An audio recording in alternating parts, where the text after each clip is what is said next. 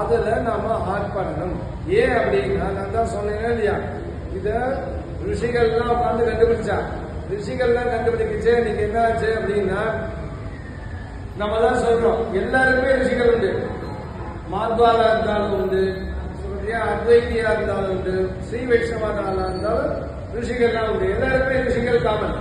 ஆனா இது சம்பிரதாயம் இந்த ஆச்சாரியர்களுக்கு தெரிய இருக்கும் தனியா. அவ யாரோ உபாசனை பண்ணணும் காமிச்சுக்கிறான். அந்த காலத்துல ரிஷிகள் காலத்துல என்ன ஆச்சுன்னா, அவள பசங்களே தனித்தனியா உபாசனை பண்ணிட்டு இருக்கான். அவளுக்கு கல்வியை கொடுத்துருவா, எஜுகேஷனை கொடுத்துருவா. நீங்களே உபாசனை பண்ணி அந்த தெய்வம் யாருன்னு தெரிஞ்சுக்கணும் அப்படின்னு சொல்றான். அவ சொந்த தபஸ்ல தான் தெரிஞ்சுக்கணும். இப்பெல்லாம் ரிசர்ச் நடக்குது இல்லையா. பழைய காலத்துல ரிசர்ச்சுக்கு கைடன்ஸுக்கு வரமாட்டா. நீயே பார்த்து நீயே சப்மிட் பண்ணி புரியாமச்சா. இப்ப கைடன்ஸ் பண்றதோட இல்லாம அவரே எல்லாத்தையும் பில்ல பண்ணி கொடுத்துருவாரு. நாம என்ன பண்ணணும், கையெழுத்து போட்டு டாக்டரேட் வாங்கிட்டு இருக்கோம். இப்பெல்லாம் பிஹெச்டி, முக்காவாசி பிஹெச்டி அவர் யார் கைடன்ஸோ அவர் கைடர் யார் கைடரோ அவர் ரெடி பண்ணி கொடுத்துருவாரு இல்லையா. அந்த மாதிரி நமக்கு ஒரு கைடன்ஸ் வரும். அந்த கைடன்ஸுக்கு வந்துதான் இந்த 3 ஆச்சாரியர்கள். அவள் தேர்ந்து வந்ததுதான் அந்த வசதியான ஸ்ரீ வைஷ்ணவம். இந்த ஸ்ரீ வைஷ்ணவத்தில் தான் நமக்கு